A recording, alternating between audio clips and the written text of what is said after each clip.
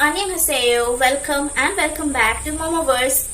Okay, so I don't know what I will be doing today because this is just a random video. I mean, all the videos I post are random videos only, but this is kind of different and special. So I came up with this idea. I mean, I don't know like how many people are going to appreciate and all, but I was like, chalo yaar karte hain, kya jata hai, karke dekhte hain. It's a series where I'll be narrating kind of a few horror stories to you guys. First video, I thought like why not start with something real.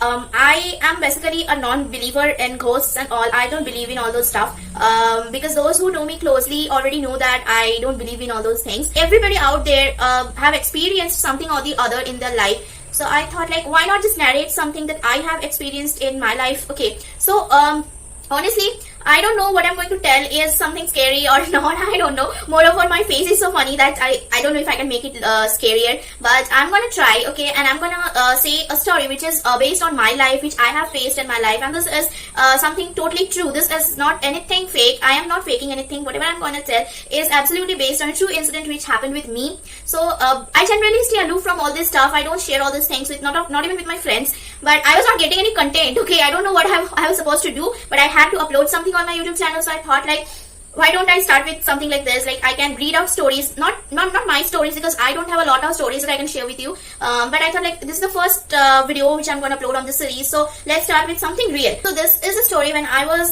in class like 7, I guess. I don't remember, like I haven't been out since class 10 because of this lockdown, COVID and all. So if I remember it correctly, then it was in class 7.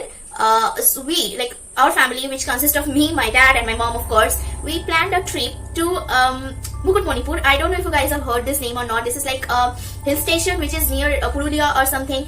And my dad is that kind of person like who do not plan a trip earlier. He's like utlo bai to mokka chai kind of thing. Like hotat kore plan hobe and hotat kore amra bag gochhabo and hotat kore chole jabo, that kind of thing. Like you don't plan it earlier because planned things never work out, at least for us. So he's like, if we are going on a trip tomorrow, then he will be like telling us today, like that kind of thing. Especially when it is in a nearby area where we can go in our own private car, like Digha, Hajadwari, this Mukutmanipur, Mayapur, that kind of stuff. Okay, I said that there is a good hill station which is named Mukutmanipur. So why not go there? Now my mom and I are not really a big fan of hill stations. We generally prefer beaches.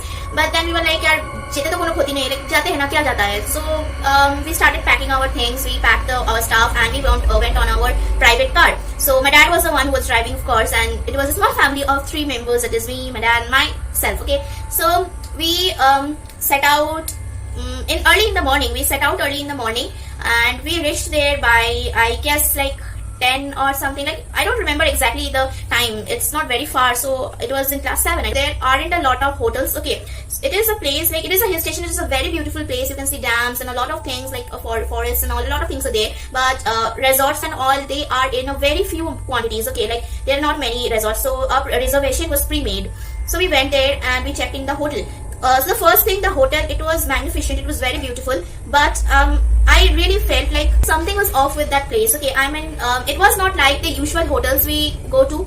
Like if you have been in, of course you must have been to some place or the other, you have been in a restaurant, I mean a hotel, like a lodge or a resort, whatever you call it. So you have that like just the entrance and then the resort is there, but the place where we checked in, it was not that kind. Okay, it was a big place, but like how I'm gonna explain you, it was like a corridor which led to one part, and from the right side there was another corridor which led to the another part, and from there diverged another part which led, I mean another lane which led to another part of the hotel. Okay, so we were given the ground floor, if I remember. Yeah, we were given the ground floor, and it was like the first part only. Like we are getting in, and we are the gate we are getting in, and from there we hit it just directly, the room which we had, and it was the only room in the ground floor. Okay, it was a big one, but it was the only one which we had.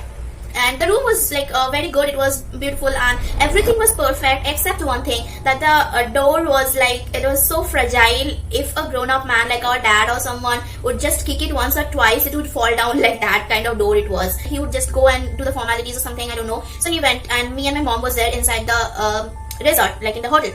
So we freshened ourselves up and then we waited. Then my dad came and he asked us like we should go for the lunch. So we went for the lunch, and that time also we went for sightseeing. Like there was a beautiful dam and everything was so beautiful and gorgeous, like I can't even explain. But that was the only time we went during the entire trip, and that is the only moment that we enjoyed in that trip. Like nothing more than that. I'm going to tell you next. So we had our lunch and then we came back to our resort.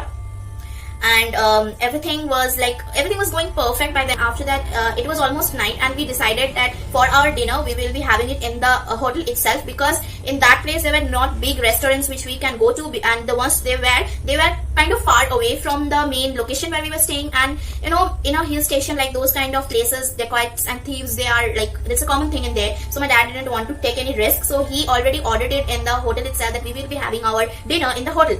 So everything was set, and then we came back to our room, we freshened ourselves, and then we waited. He entered.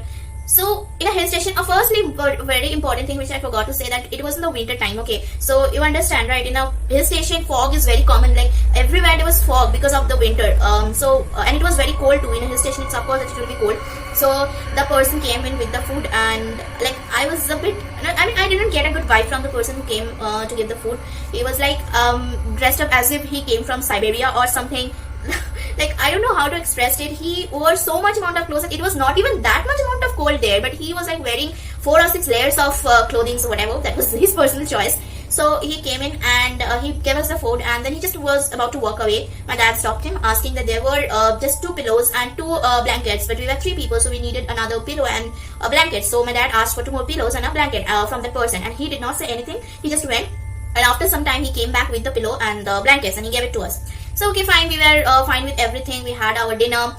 Then we were like, my father was the one who was driving the car, so he was of course very tired, and we could not afford to just wake up and remain awake anymore. So we went to bed. Like it was by 10, I guess, because we checked out at 11:30. So yeah, so it was by 10 probably that he went. We all of us went to bed. So, but that was the first day, so we thought that we could enjoy the next day. Never, very less did we know that that was the last day. Okay, so we all of us went to bed, and then like at not long after we just went to bed, there was a knock on the door. Okay, so my mom was like, don't open the door, because this is not a safe place. Like safe in the sense, like there were forests, like this is our room now, then there is a lane, and after that only there's big mountains and big forests, so there might be anybody in the door, and the door was like not at all safe. So but my dad was like, it can be anybody from the staff, from the hotel. So he was like, let me just open and see once. So he opened the door. Now after he opened the door, he found none. There was no one in the door. So my mom said like there must be an animal or something. So we just went back to bed. Then after some time there was again a knock on the door, and this time again my dad went to check, but there was again no one. Okay, I don't know if somebody was playing with us or something. I don't have any idea about that. So there was a knock on the door again, and my dad went to check. There was no one. So this time my dad said that I will just go and check in the main office, like in the reception, like what's going on. Like there's been continuously knocking on the door. Is someone doing this intentionally or not? So he went to check, and he asked us, like myself and my mom, to lock the door so that like nobody enters or something. So we locked the door and we stayed inside. And honestly, in the meantime, there was nothing. Like we both did not experience anything. My dad went, and like after 15 minutes or something, he came back. Now as soon as he came back, he actually said us that this is not a safe place, we can't stay here, we will have to get out of here as soon as possible. So we were like why, is there something going on there? He was like, I can't explain, but we just need to get out of here as soon as possible. So he asked us to get dressed up, and my mom was like, it is already like 11:30 or something, like how do you expect to go at this time? So my dad was like, I will manage somehow, you both just get ready as soon as possible, and we will check out right now. So we got dressed up, and then we checked out. And a very important thing which I noticed at that time was, like, if you go to any other place, any other resort or something, by 10 they close all the doors. Like they already lock the gates, main gates, and checking out at 11 or 11:30, that is a impossible thing, and none of the human would do that. Okay, but we had to. But what we noticed, like what I noticed, was the gate was open. Like it was not even locked. I don't know why, but it was open and it was not locked. So it was good for us only. We were able to go out. Another thing, that whenever you are checking out, at least there will be, especially at a time like 11:30, there will be at least 1 or 2 staff members who will be coming for you. But then there was no one. It was totally desolate. Like there was no one, literally no one. And in the main hotel, like in that part of the hotel, there were like 2 or 3 lights gleaming, and nothing was there except for those. Like in a big hotel like that, it was rare to notice just 2 or 3 lights. Like you can imagine, like in such a big place, there are only 2 or 3 lights. So whatever, we checked out of there. It was completely foggy. Okay, nothing could be visible, nothing, literally nothing. And then my father was the one who was driving. So somehow or the other he went, but he was not able to make out the directions. Like he did not have any idea in which direction he was even going. Like you can understand. Like we had no idea where we were going. It was completely foggy, like nothing could be seen. Even the fog lights of the car were useless because nothing could be seen. So somehow the other we went to some distance, and I remember this well. Like while we were going, at the time of going, there was a bridge. Now there were two bridges. The old one was broken and a new one was there. Okay, like it is like a village kind of place. Now what do you expect people to have caution or something? No, it's not there. There were no lights or something. Nothing was there, and the bridge was broken. Okay, but that going time also we noticed that. Now while coming back, my dad did not notice, and he was just about to go, and like it was the end of the bridge. If you would have driven just a bit far, like I don't know if I would be still alive doing this video. Like it was a very like a hairline safe for us, because like the fog lights they saved, because the fog lights are able to, with the help of the fog lights, my dad was able to see that the bridge was ending. Like it was totally ended. Like this is the car and this is the bridge. There it ends, and it was like a river there. So my dad again, backed the car. Then he again went up the new bridge that was been formed.